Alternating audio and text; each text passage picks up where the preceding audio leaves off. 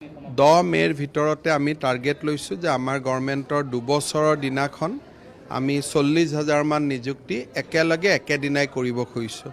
কৰবাত 10 মে নহ'লে 12 মে হ'ব, কিন্তু মই মোৰ মনত এইটো আশা লৈ আছোঁ যে আমি গভৰ্ণমেণ্টৰ দ্বিতীয় বছৰ পূৰ্তিৰ দিনা বা তাৰ আশে-পাশে আৰু 40,000 নিযুক্তি আমি কৰি ল'ম।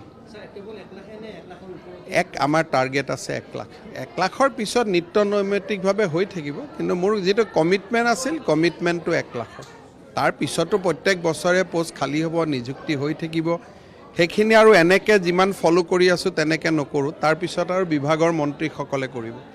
আজি বহু বছৰৰ পিছত আমাৰ ৰাজ্যৰ ভেটেনাৰী ডিপাৰ্টমেণ্টত মেডিকেল অফিচাৰ নিযুক্তিৰ এটা প্ৰক্ৰিয়া আৰম্ভ হৈছে। আজিও প্ৰায় 150 গৰাকী medical and health officer veterinary নিযুক্তি হ'ল। আমাৰ ৰাজ্যৰ পশুপালন আৰু পশু চিকিৎসা এই বিভাগটো ৰাজ্যৰ অৰ্থনীতিৰ কাৰণে অতিকৈ গুৰুত্বপূৰ্ণ। এটা সময়ত হোৱা বিভিন্ন খেলিমেলিৰ কাৰণে ডিপাৰ্টমেণ্টটো জঠৰ হৈ পৰিছিল। আজি ডিপাৰ্টমেণ্টটোৱে পুনৰ প্ৰাণ পাই উঠাৰ পথত আগবাঢ়িছে।